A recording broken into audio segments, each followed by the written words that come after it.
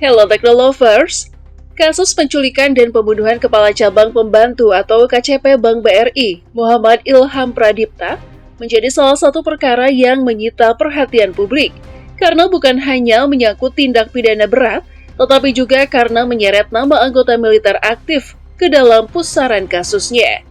Peristiwa ini bermula pada Rabu 20 Agustus 2025.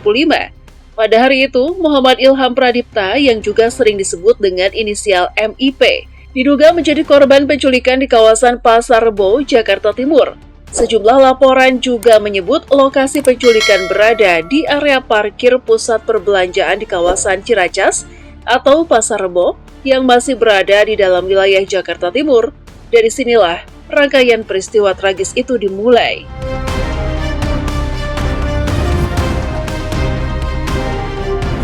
Perkara ini kembali menjadi sorotan luas ketika sidang perdananya akhirnya digelar pada Senin 6 April 2026 di Pengadilan Militer 208 Jakarta.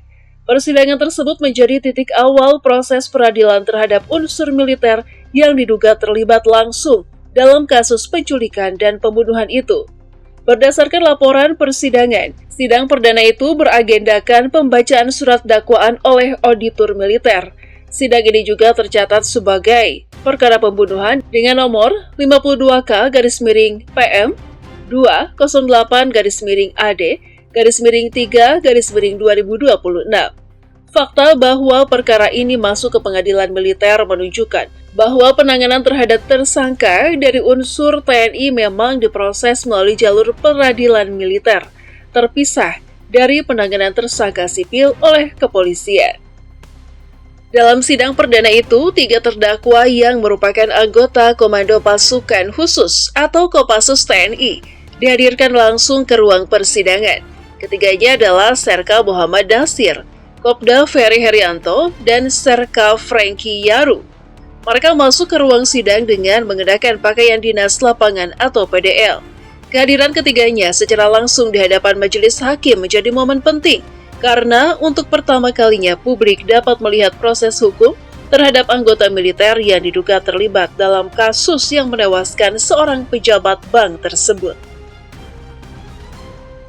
Sidang dipimpin oleh Ketua Majelis Hakim Kolonel Cik Freddy Ferdian Isnartanto, yang didampingi oleh 2 hakim anggota yakni Kolonel Laut H. Desman Wijaya dan Letnan Kolonel Cik Arif Rahman. Persidangan dimulai sekitar pukul 10.40 waktu Indonesia Barat. Saat sidang dibuka, para terdakwa diminta memasuki ruang sidang. Lalu majelis hakim memeriksa identitas masing-masing sebelum surat dakwaan dibacakan. Selama proses tersebut, para terdakwa tampak berdiri tegap di hadapan majelis. Dalam laporan persidangan, bahkan sempat muncul sorotan dari hakim mengenai perbedaan atribut pada lengan seragam para terdakwa, yang menunjukkan bahwa sidang ini berjalan dengan pengamatan yang cukup rinci sejak awal. Namun inti utama dari perkara ini tentu bukan sekedar siapa yang duduk di kursi terdakwa, melainkan bagaimana dugaan tindak pidana itu bermula. Dalam perkara ini, Muhammad Ilham Pradipta juga diduga terlebih dahulu menjadi korban penculikan sebelum akhirnya ditemukan tewas. Dugaan penculikan itu diperkuat oleh rekaman kamera pengawas atau CCTV yang memperlihatkan korban dibawa secara paksa oleh sejumlah orang. Rekaman inilah yang kemudian menjadi salah satu petunjuk awal penting dalam mengungkap rangkaian kejadian. Dari dugaan penculikan, kasus ini lalu berkembang menjadi perkara pembunuhan yang jauh lebih besar dan kompleks. Keesokan harinya, tepat pada 21 Agustus 2025, jasad korban ditemukan di Kampung Karangsambung, Desa Nagasari, Kecamatan Serang Baru, Kabupaten Bekasi. Lokasi penemuan jenazah ini berada cukup jauh dari titik dengan penculikan, yang semakin memperlihatkan bahwa korban diduga dipindahkan setelah dibawa dari Jakarta Timur. Kondisi korban saat ditemukan pun sangat mengenaskan. Tangan dan kaki korban dilaporkan terikat, sementara matanya dilakban. Dalam sejumlah laporan, disebut pula bahwa wajah, kaki, dan tangan korban terikat lakban hitam. Kondisi tersebut memperkuat dugaan bahwa korban mengalami kekerasan serius sebelum akhirnya meninggal dunia. Dari titik ini, kasus ini mulai terbuka lebih lebar. Polda Metro Jaya dalam proses penyidikan mengungkap bahwa sedikitnya ada 17 orang yang diduga terlibat dalam perkara tersebut. Jumlah itu menunjukkan bahwa kasus ini bukan tindak pidana spontan yang dilakukan oleh satu atau dua orang, melainkan dugaan kejahatan yang melibatkan banyak pihak. Dari belasan orang yang disebut terlibat, 3 diantaranya berasal dari unsur TNI, sementara salah satu nama lain yang disebut dalam perkara ini adalah Dwi Hartono, yang disebut sebagai aktor intelektual. Penyebutan aktor intelektual ini memberi gambaran bahwa penyidik melihat adanya sosok yang diduga berperan merancang atau mengendalikan jalannya kejahatan, bukan sekedar orang-orang yang bergerak di lapangan. Sementara itu, penanganan terhadap tersangka dari unsur militer dilakukan oleh Pomdam Jaya. Hal ini sejalan dengan mekanisme hukum yang berlaku, di mana anggota TNI yang diduga melakukan tindak pidana akan diproses melalui institusi penegakan hukum militer. Karena itulah, setelah penyidikan di ranah militer berjalan, perkara terhadap 3 terdakwa anggota TNI tersebut kemudian dilimpahkan ke Pengadilan Militer 208 Jakarta untuk disidangkan. Perkembangan ini menunjukkan bahwa kasus pembunuhan Muhammad Ilham Pradipta bergerak di 2 jalur penanganan sekaligus, yakni jalur umum untuk tersangka sipil dan jalur militer untuk tersangka dari institusi TNI.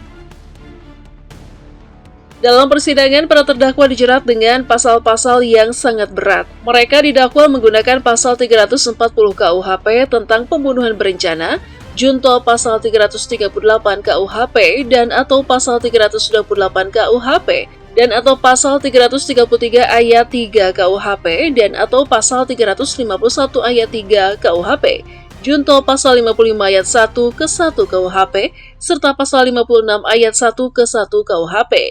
Rangkaian pasal ini menunjukkan bahwa perkara tersebut diposisikan sangat serius oleh penegak hukum, bukan hanya sebagai pembunuhan biasa, tetapi juga mencakup dugaan pembunuhan berencana, penculikan, perampasan kemerdekaan seseorang, penganiayaan yang mengakibatkan kematian, hingga keterlibatan bersama-sama atau bantuan dalam tindak pidana itu. Dengan kata lain, dakwaan yang diajukan menggambarkan bahwa peristiwa ini diduga terjadi melalui rangkaian tindakan yang berlapis dan terstruktur. Kalau dilihat dari susunan pasalnya, ada bobot hukum yang sangat besar di sana. Pasal 340 KUHP misalnya adalah pasal pembunuhan berencana yang berarti penyidik dan penuntut melihat adanya unsur persiapan atau niat yang dibangun terlebih dahulu sebelum nyawa korban dihilangkan. Lalu ada pasal 328 KUHP yang berkaitan dengan penculikan, menunjukkan bahwa kebebasan korban diduga dirampas secara melawan hukum. Kemudian pasal 333 ayat 3 KUHP yang mengarah pada perampasan kemerdekaan yang menyebabkan mati, sementara pasal 351 ayat 3 KUHP berkaitan dengan penganiayaan berat yang berujung pada kematian. Ditambah lagi dengan pasal 55 dan pasal 56 KUHP yang biasanya dikenakan untuk pelaku yang melakukan tindak pidana secara bersama-sama atau pihak yang turut membantu terjadinya tindak pidana. Kombinasi dakwaan seperti ini memperlihatkan bahwa jaksa militer atau auditor tidak melihat kasus ini sebagai tindak pidana sederhana. Perhatian publik terhadap perkara ini juga tidak lepas dari status korban. Muhammad Ilham Pradipta bukan orang biasa dalam konteks pekerjaannya. Ia merupakan kepala cabang pembantu Bank BRI. Posisi ini membuat kasusnya menarik perhatian karena korban adalah pejabat bank yang diduga diculik secara paksa, lalu ditemukan tewas dalam kondisi mengenaskan. Ketika seorang pejabat bank menjadi korban penculikan dan pembunuhan, publik tentu langsung bertanya-tanya, apa motif dibalik semua ini? Siapa yang paling diuntungkan? Dan bagaimana kejahatan seperti ini bisa melibatkan begitu banyak orang, termasuk anggota militer aktif. Walau tidak semua detail motif dibacakan dalam potongan fakta yang Anda berikan, luasnya penyidikan dan jumlah orang yang diduga terlibat sudah cukup menunjukkan bahwa perkara ini tidak berdiri sebagai tindak kriminal biasa. Dari sisi narasi peristiwa, kasus ini juga terasa sangat kuat. Seorang kepala cabang pembantu bank diduga diculik di area publik, tepatnya di kawasan Pasar Rebo, Jakarta Timur. Ada rekaman CCTV yang menunjukkan Ia dibawa paksa, lalu sehari kemudian jasadnya ditemukan di Bekasi dalam kondisi tangan dan kaki terikat, mata dilakban dan tubuhnya dibuang jauh dari titik penculikan.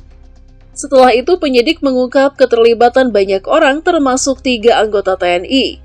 Berbulan-bulan kemudian perkara itu muncul di meja hijau di Pengadilan Militer 208 Jakarta. Rangkaian peristiwa seperti ini membuat kasus tersebut memiliki bobot dramatis yang sangat tinggi, sekaligus memberi tekanan besar kepada aparat penegak hukum untuk membongkar seluruh fakta yang ada secara terang benderang. Sidang perdana yang digelar pada 6 April 2026 sendiri memang baru menjadi langkah awal pada tahap ini. Proses hukum masih berada pada pembacaan dakwaan, artinya persidangan masih akan berlanjut ke tahapan-tahapan selanjutnya, termasuk pemeriksaan saksi, pembuktian, kemungkinan pengajuan barang bukti, hingga nantinya masuk ke tuntutan dan putusan. Tetapi meski baru sidang perdana, momen ini tetap sangat penting karena untuk pertama kalinya konstruksi hukum kasus tersebut dibacakan secara resmi di ruang pengadilan militer. Dari sinilah publik mulai bisa melihat bagaimana dugaan peran para terdakwa ditempatkan dalam rangkaian tindak pidana yang menimpa Muhammad Ilham Pradipta. Kasus ini pada akhirnya bukan hanya soal 1 korban dan 3 terdakwa. Ini adalah perkara yang membuka pertanyaan lebih luas tentang jaringan, motif, keterlibatan lintas unsur, dan bagaimana sistem hukum merespon kasus serius ketika ada anggota institusi bersenjata yang ikut terseret. Itulah sebabnya setiap detail sidang, setiap nama terdakwa, setiap pasal yang didakwakan, hingga setiap potongan kronologi menjadi sangat penting untuk dicermati. Sebab publik tidak hanya menunggu vonis, mereka juga menunggu kejelasan penuh tentang bagaimana Muhammad Ilham Pradipta diculik, siapa saja yang merancangnya, siapa saja yang mengaksesnya, dan bagaimana nyawanya berakhir secara tragis. Dengan semua latar itu, perkara penculikan dan pembunuhan Muhammad Ilham Pradipta layak dipandang sebagai salah satu kasus besar yang menguji keseriusan aparat dalam menegakkan hukum tanpa pandang bulu. Fakta bahwa sidang terhadap 3 anggota TNI sudah dimulai menunjukkan bahwa proses hukum bergerak. Namun bagi publik, sidang perdana hanyalah pintu pembuka. Yang benar-benar ditunggu adalah apakah seluruh fakta akan dibongkar sampai tuntas, apakah semua pihak yang terlibat akan diproses, dan apakah keadilan bagi korban benar-benar bisa ditegakkan.